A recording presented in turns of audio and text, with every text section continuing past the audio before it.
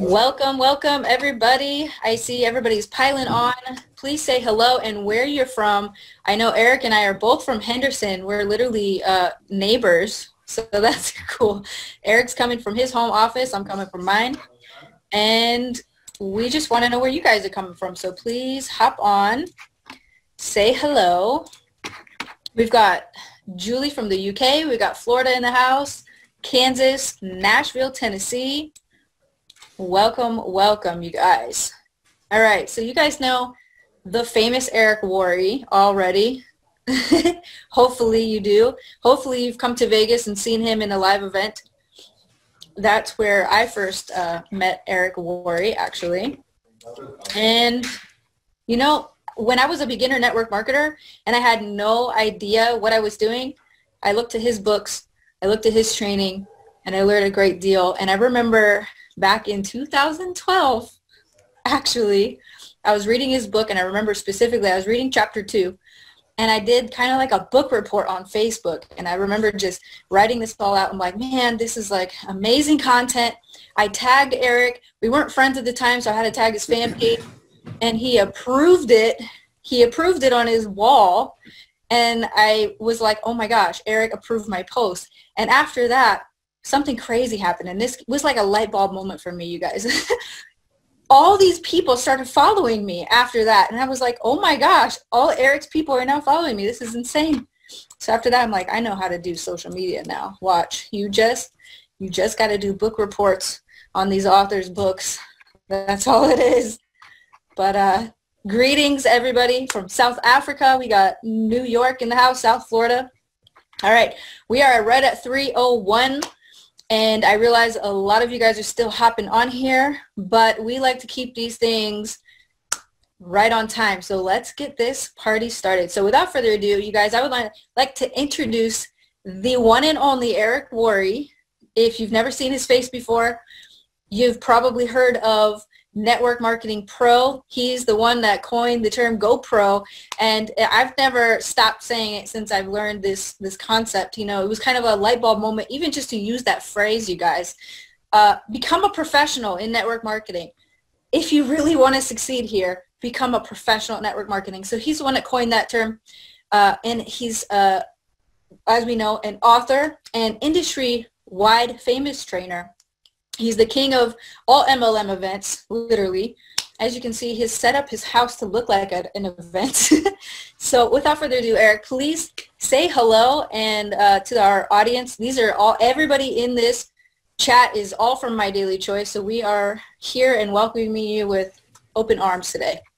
Well, hey, Jenna, and hey, everybody. Great to see you today. So fun to be able to connect. I love your flower wall. Your flower wall is really strong.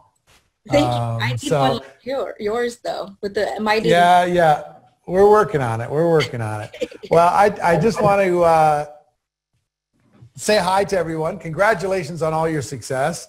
I've been watching what you've been doing over the course of, wow, I don't know, the last many years, but the last 90 days have been extraordinary, right? It has, you know.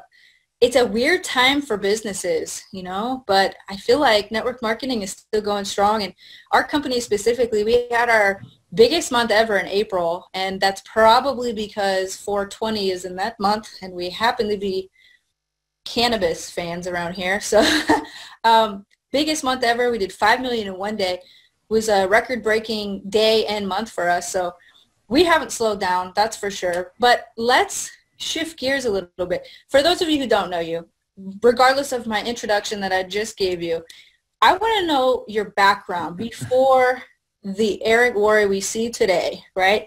I want to know your background, your history as a networker. You know, like I love hearing, we talked to Todd last week. We're going to talk to Ray Higdon next week. And tell us a little bit about your background and where you kind of came from, how you found network marketing, and why you chose to make this your career. Well, some people get inspired and they seek out network marketing because it's better than other forms of entrepreneurship. Other people get involved out of desperation, and that was me. I was not one of those, like, really smart people that was choosing the best way to be an entrepreneur. I just had a cash flow problem, a serious cash flow problem as a young man.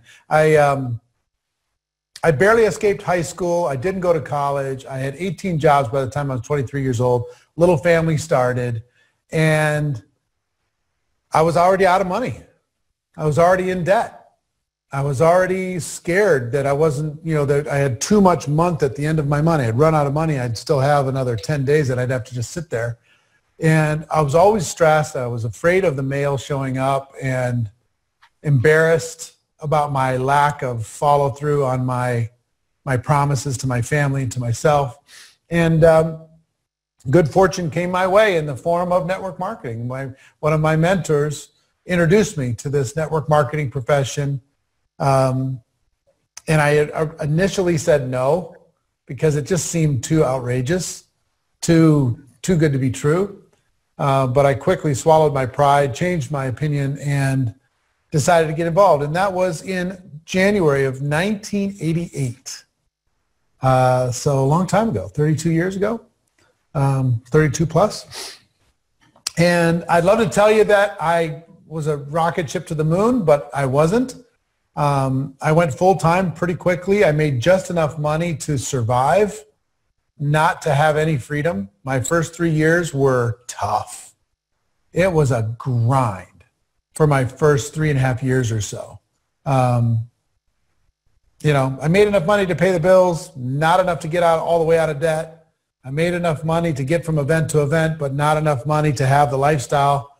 I had the pin, I had the fancy pin from the company, and I had a rank and I had a title, but you know how it is. I mean, somebody makes $80,000 a year in network marketing.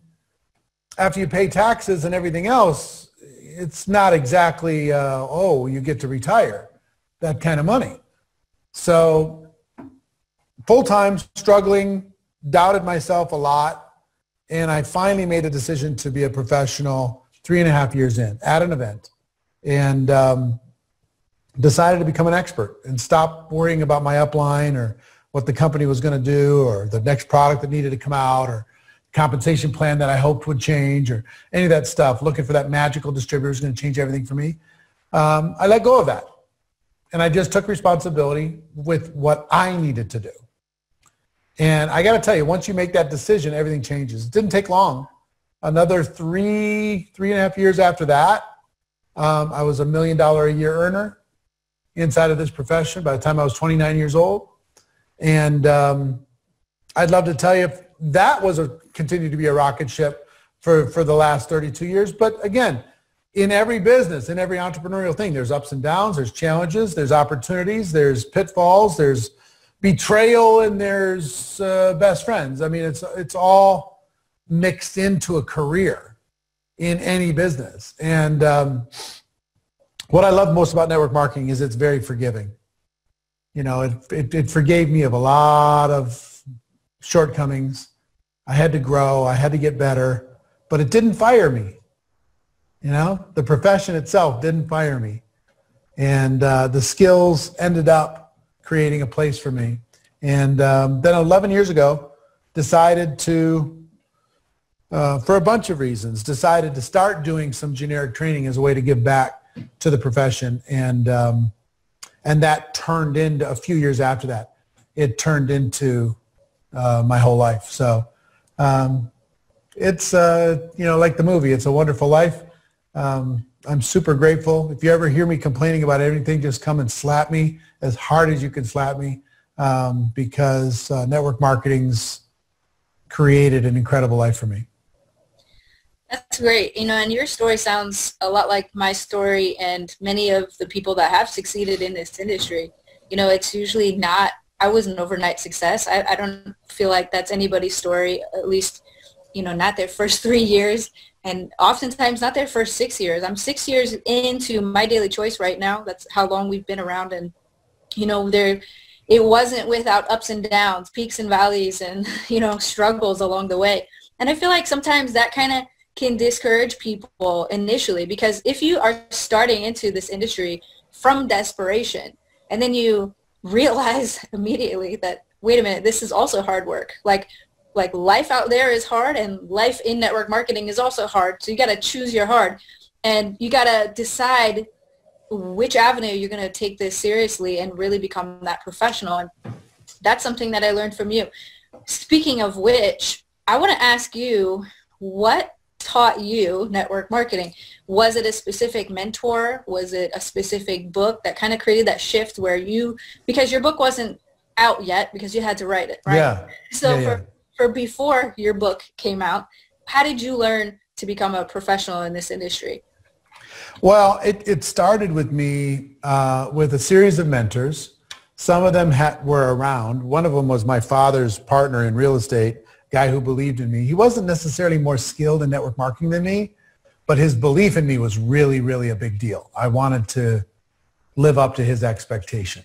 He was a millionaire, successful guy, and he was one of the first ones. And then I found a gentleman by the name of Michael Nelson, who was cross-lined to me, lived in Minneapolis where I lived at the time, and I just decided to earn my way into his inner circle and learn as much as I could from him, because he couldn't profit from me. I wasn't his downline.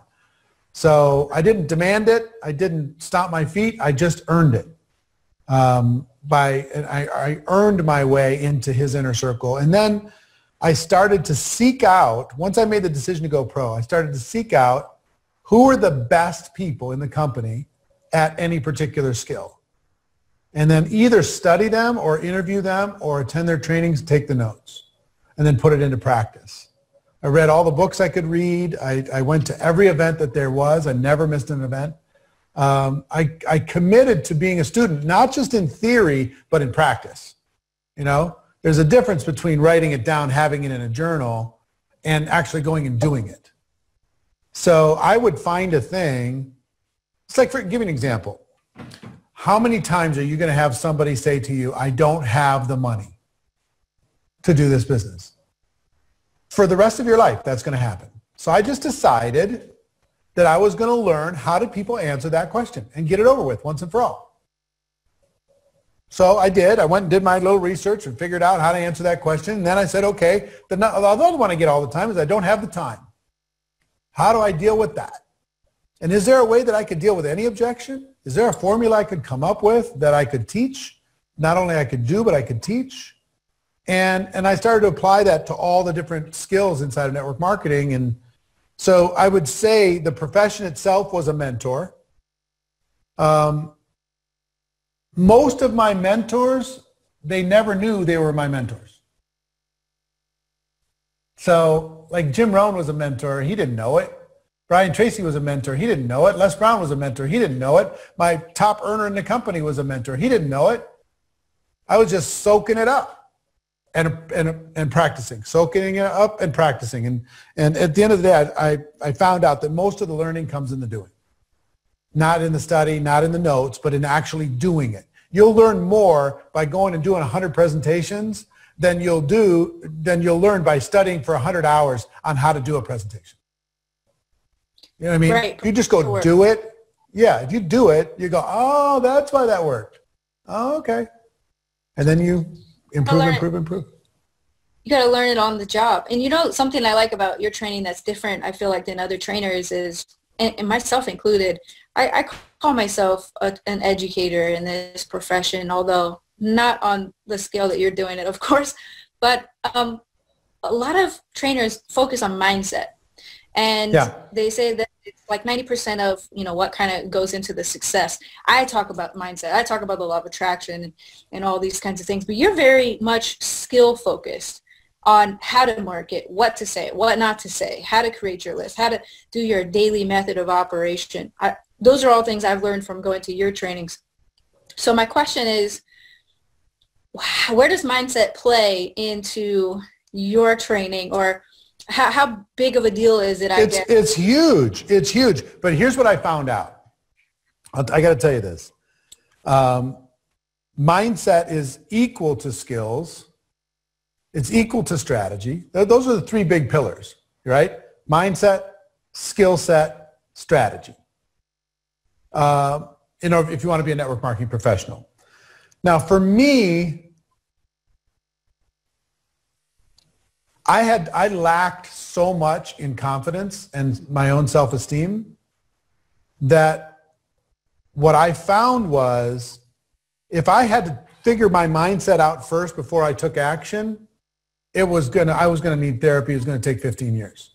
I was never going to get there. You know what I mean? So, but if I learned how to do, my first skill I ever learned was how to tell my story. And my mentor taught me how to tell my story. And I could tell my story in 2 minutes. And once I learned how to tell my story and I knew that it worked and I'd practiced it, I wanted to do it.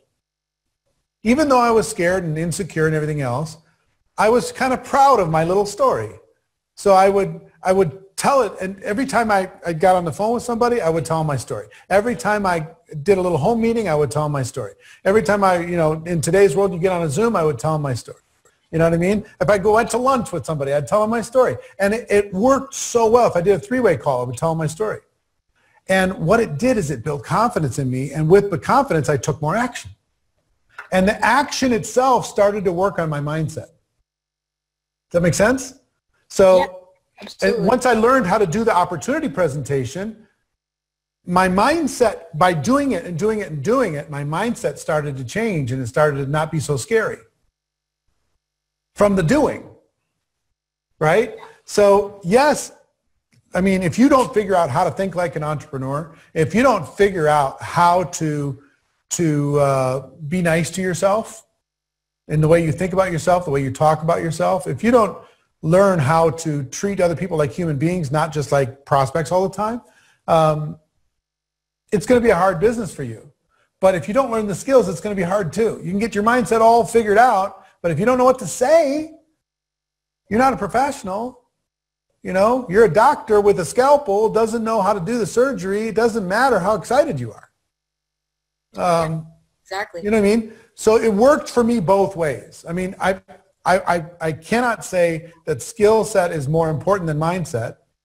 And I cannot say, if I had to pick one, I'd pick mindset because that will cause you to build the skill set. But for me, even though I lacked in mindset and I had a bunch of bad programming in my computer between my ears, the skills helped me find a way out. The skills created a path for me to be able to figure out the mindset and the strategy in order to be able to marry to those things and create a career.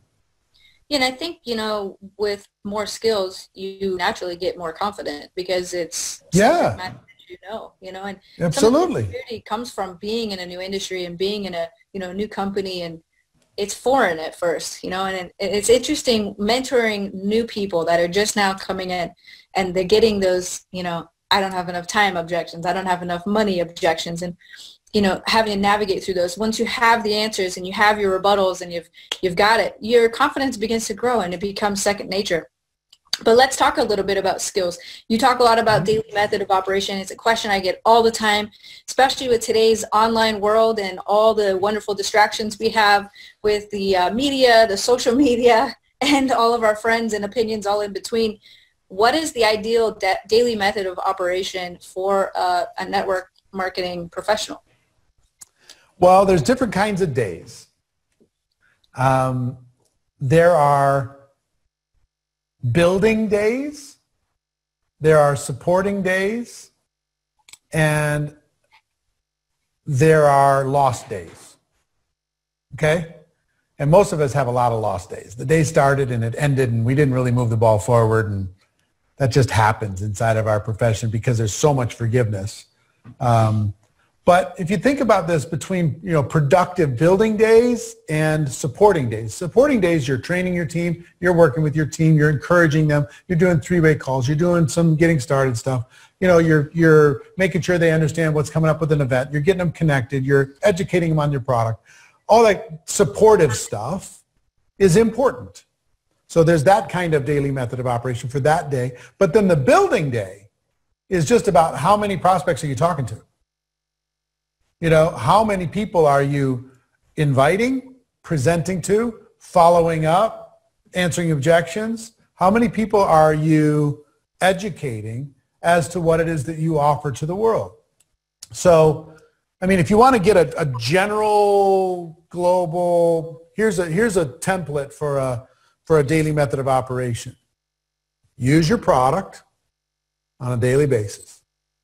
Because when you have an emotional attachment to your product, you're going to be more convincing in sharing it with others.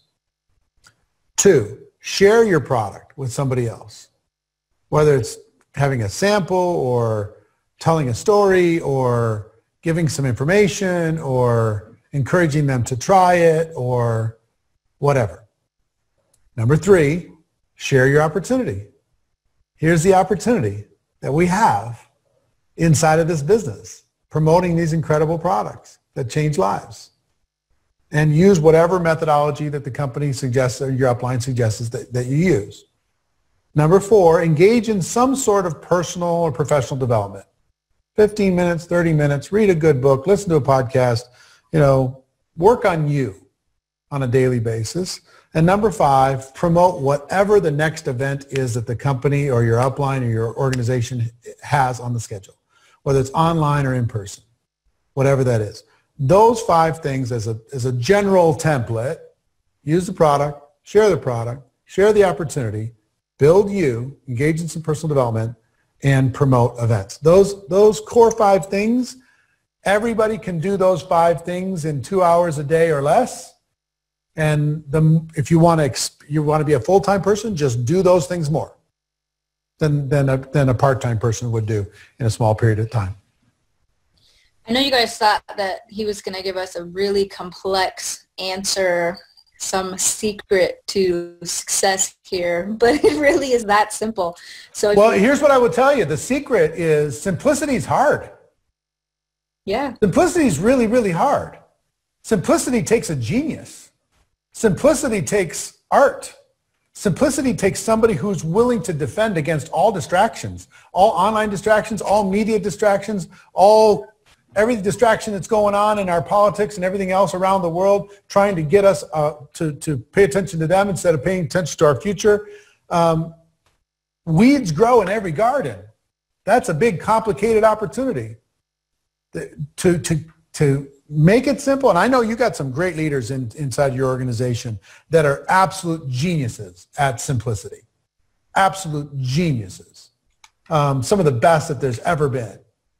And what they'll tell you is complicated is easy. It's easy to throw out something complicated. Simple is hard. To defend it and say, no, I know you got this really cool idea, but we're going to stay with this because this works, this duplicates, this will build momentum. I think that's been one of the big keys to your success. Outside of, I think, the superpower that your company has is the heart of the ownership. The heart of the executive team.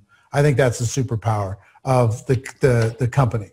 And then I would say your field leadership is driven by all the right agendas. They're super talented, but again, they're heart driven. I think it's a top-down culture. And then I think you have extraordinary products. So the extraordinary products you tie to that, and then of course you have innovation when it comes to compensation and everything else. But I will tell you, I think if you had the innovations in compensation, you had the same products, but if you had this different heart, it wouldn't be running like it's running. So they're really nice. The people are really nice, but I think they're also really diligent to protect from all the distractions that are easy to show up inside of organizations. So simple is hard. Simple is hard. And, we were the underdogs for a long time and probably most doubted company to succeed. And because we never had corporate experience, and we're not ashamed to say that. We were affiliates first, and we came from the field, and I think that created a need in the industry almost, where we felt like we've been on both sides of the coin. We've seen, in front of the scenes, we've seen behind the scenes, and we wanted to merge the two fields together, our field leadership and the corporate culture all in one. And I think that is important. And, there's a lot of reasons why people fail at network marketing. Sometimes they blame the company, right? Sometimes they blame their leadership. They blame the products, maybe not shipping on time or whatever. There's a myriad of reasons why people fail.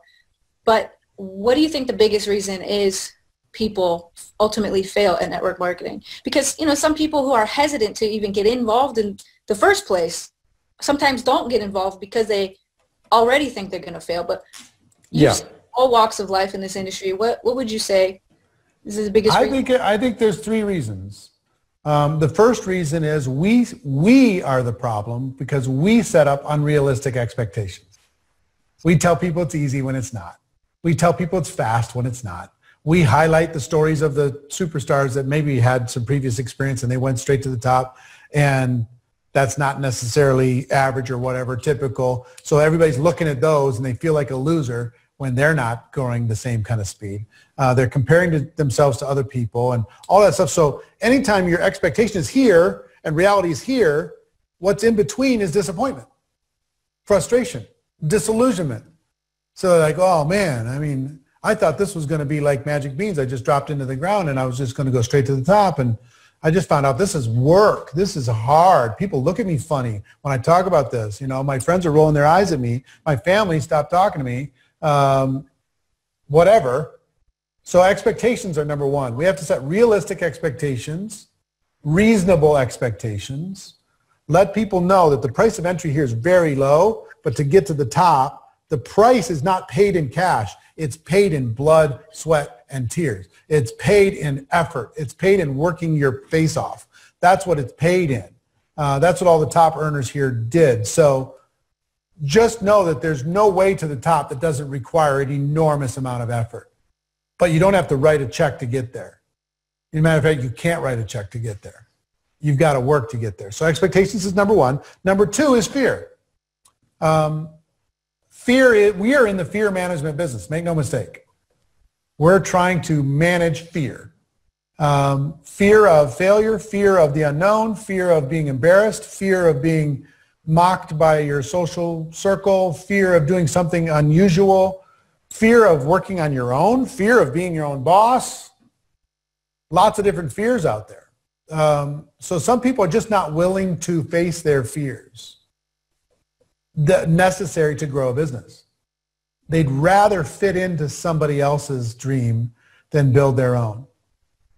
They'd rather do as they're told from an employer than tell themselves what to do and have the anxiety of wondering if it's the right thing.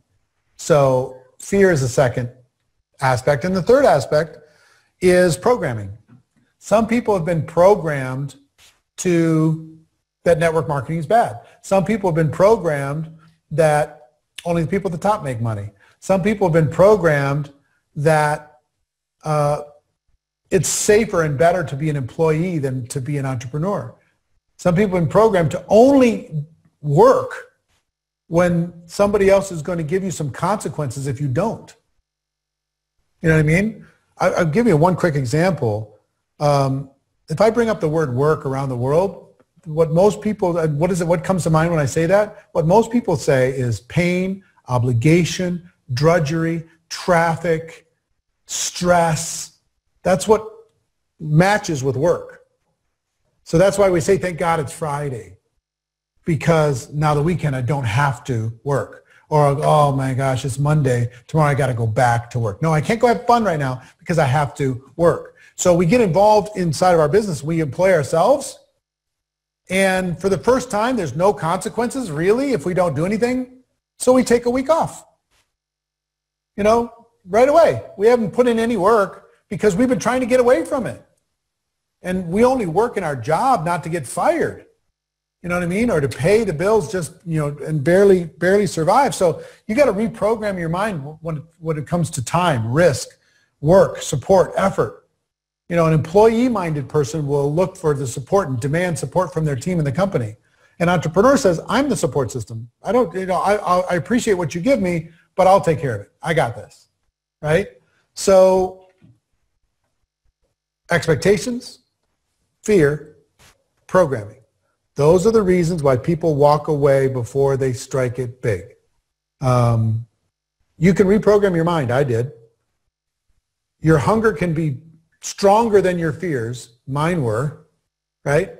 And my expectations, the best thing that happened to me, the expectations that happened to me, my expectations were big too. But the greatest thing that I had going for me is once I joined network marketing, I had no place to go. Best thing that ever happened to me. I wasn't really hireable. I'd walked away from the last job that I had. I was full-time in network marketing. So when it got tough, when it got tough, I just kind of had to suck it up because there's no place I could go that I could make more money right now than I could inside of network marketing. So my desperation actually helped me. If I had a big resume, I can go back to some job. I would have walked away as soon as it got hard. But thank God I didn't, you know. So those are my 3 reasons. Yeah, and you know, you're spot on about programming and work. I mean, we even tell our kids, I have to go to work, right? And if we apply the same work mindset when we join network marketing, first of all, I know we always tell people you got to work it like a business, not a hobby, right?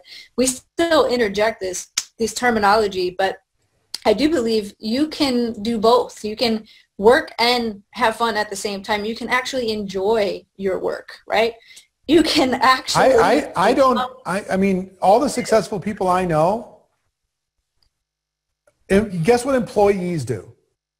They work when they work, and when they turn it off, they turn their brain off, and they just totally don't work. Let me tell you what all the millionaires do, all the entrepreneurs do, all the successful people do. They never turn their brain off completely. They might be sitting on a boat in the middle of the French Mediterranean, but they're thinking about something.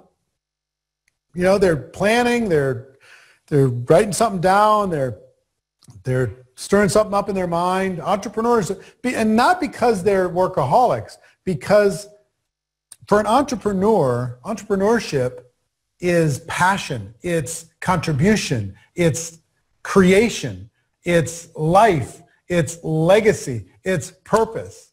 Why would you want to turn those things off? It's the reason why I don't understand retirement. Why would a person want to retire from contribution and purpose and passion and life?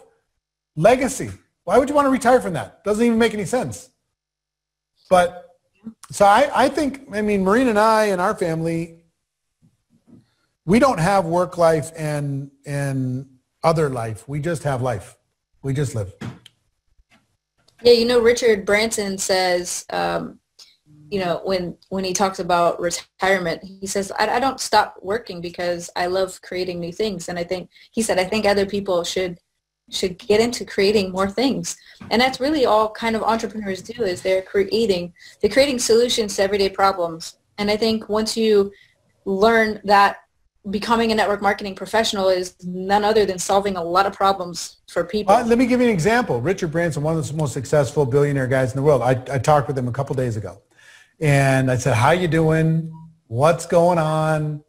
I know you got a lot of stress with all this, with your airlines and your cruise ships and your hotels.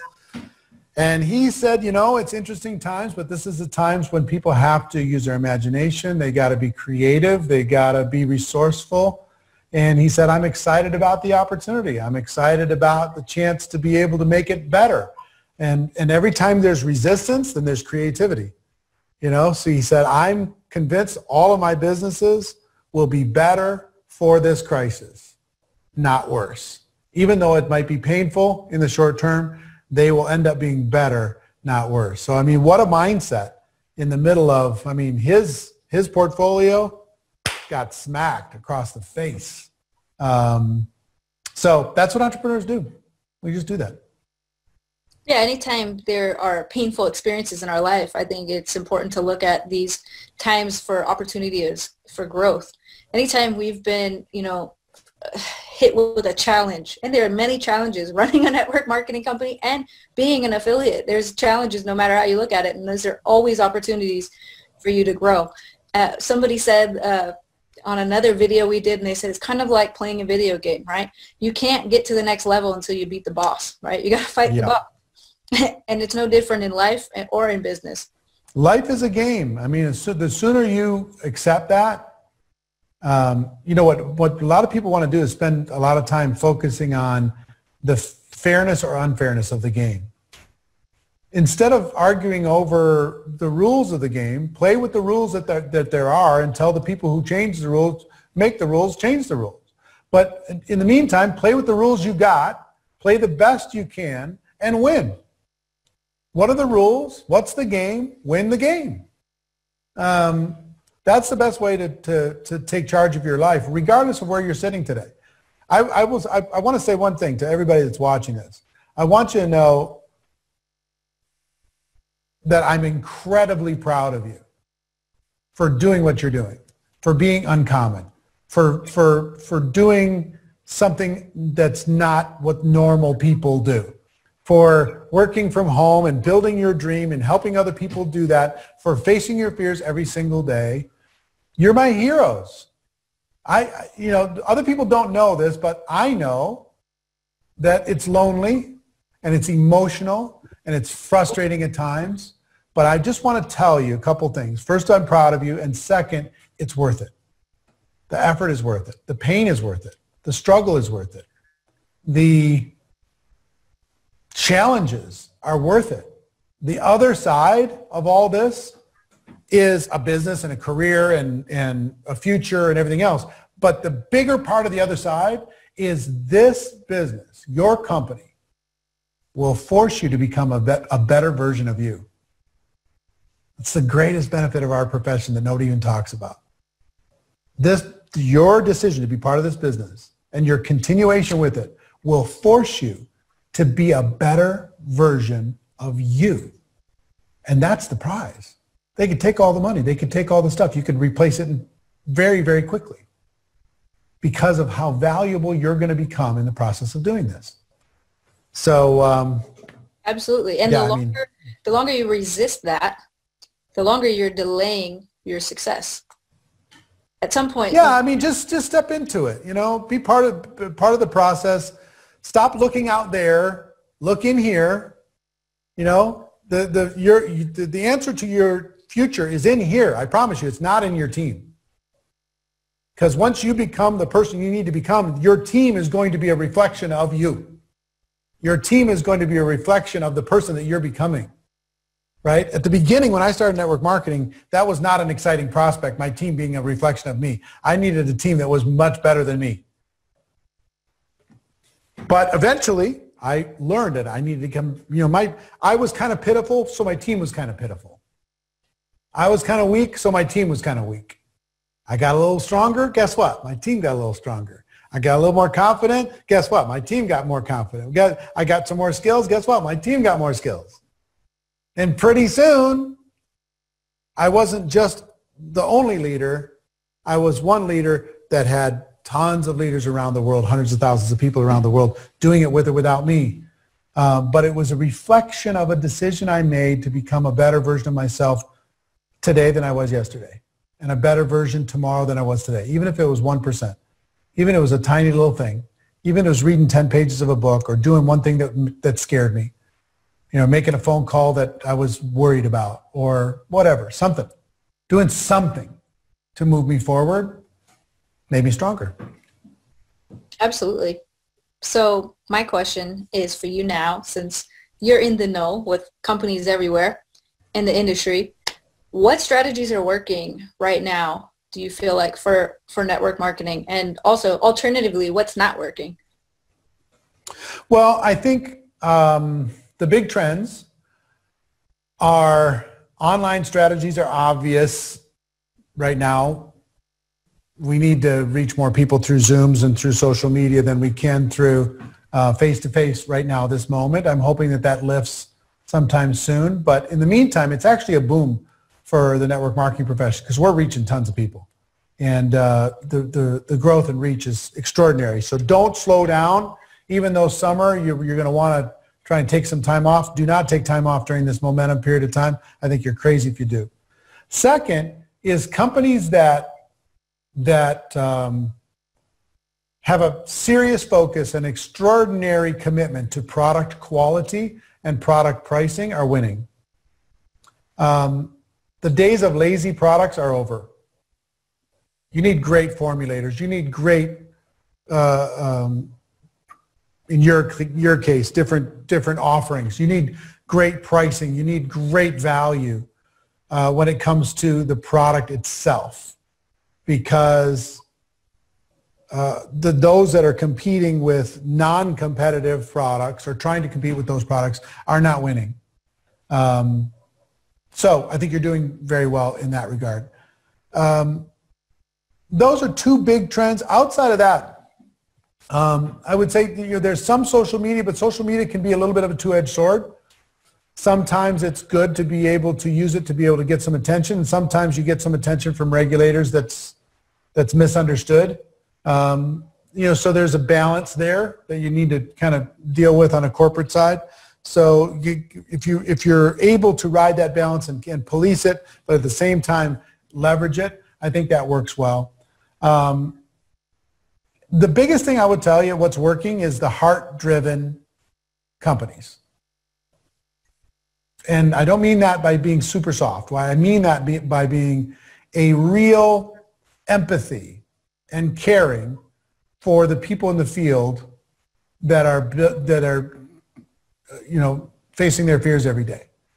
An acknowledgement of their effort from the blend between corporate and field, and then that heart extending to the consumers, the people who are using the products. That's really what's working well today around the world. And I would also say it's an interesting phenomenon, because I came from a school that I didn't really care about getting a customer. I just wanted to build a team, and I figured the customers would come. But the big data shows what some of the fastest growing companies in the world are doing today is they're getting an ocean of customers. And from that ocean of customers, they are upgrading those people to being distributors. And that's where most of their recruiting is coming from, is satisfied and enthusiastic customers, people who already have an emotional connection to the product. So those are the big trends that I'm seeing.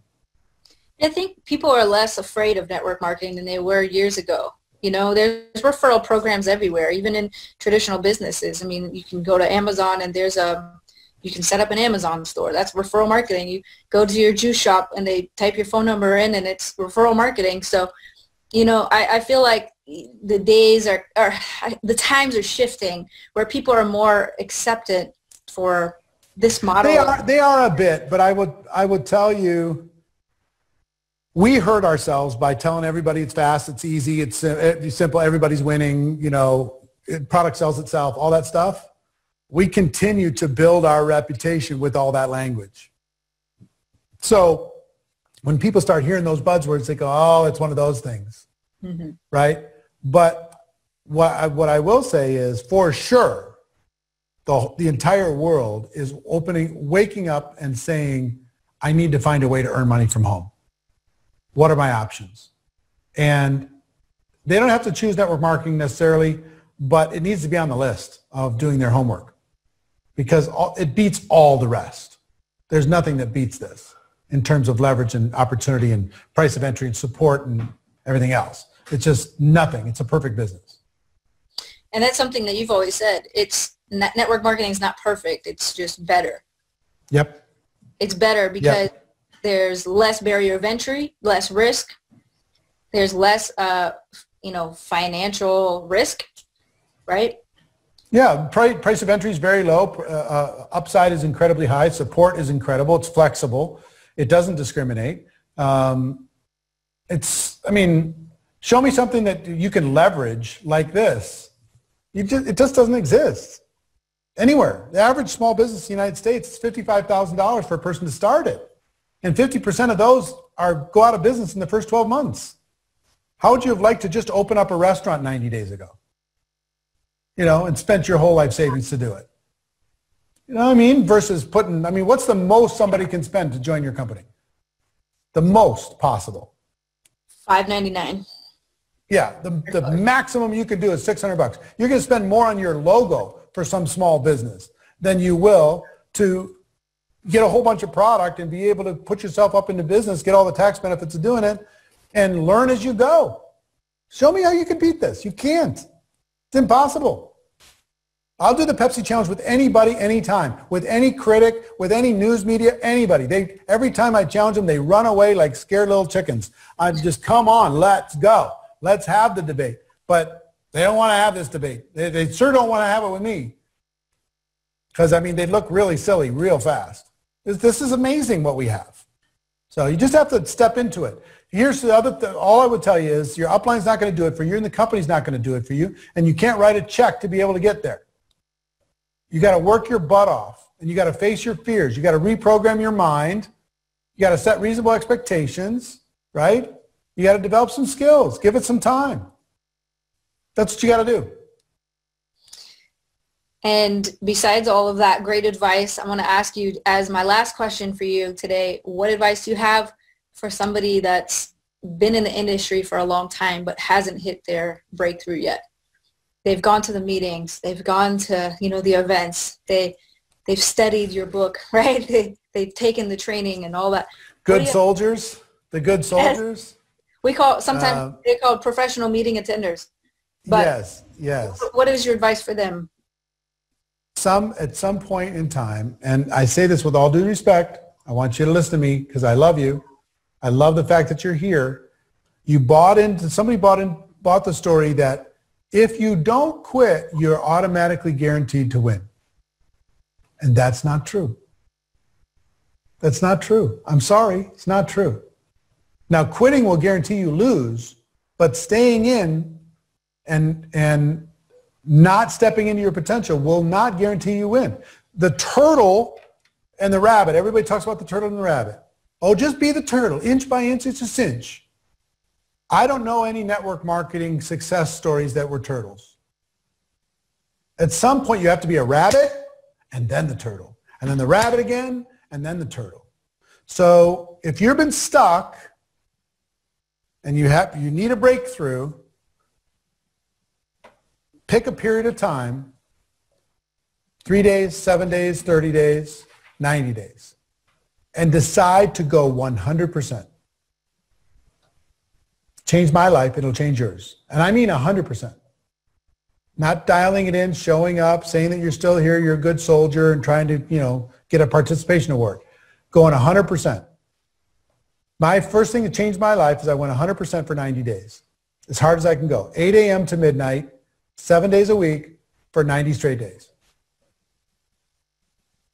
And it was hard, and all I did was talk to prospects. All I did was follow up. All I did was grow. And if 90 days is too scary, do 30 days. If 30 days is too scary, do 7 days. 7 days is too scary, do 3 days. If 3 days is too scary, do 1 day. Go for 16 hours, see how many people you can talk to about your opportunity with no distractions. Go hard. You've got to just smash it in the face to bust through the plateau. You got to change the intensity if you want to have a breakthrough. Now, or change your expectation and just decide that it's nice to be around a nice company with nice products and nice people, and just treat this like a hobby, like you're being a part of the church choir or being a part of the quilting club, and you're not expecting to make a whole bunch of money, and just stop beating yourself up.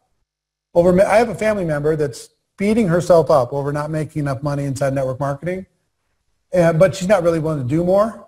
I just release the expectation, hang out with your friends, and stop. You don't need the money.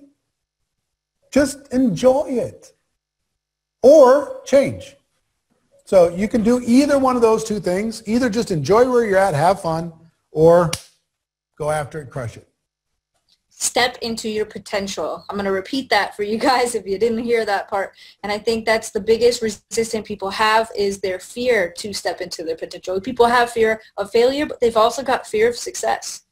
And deep down, that's a self-worth issue that you have to get over. You have to know that you deserve success. You deserve to win at this game, right? And you have to become a network marketing professional. So without further ado, Eric, tell us where can we get the rest of your wisdom, because we only got you on here for just a short time today. Where can we? Look, you could just look up my name on social or whatever, networkmarketingpro.com. You can check out all the different kinds of stuff. I'm not here for any promotional purpose. I'm just here because you guys are friends.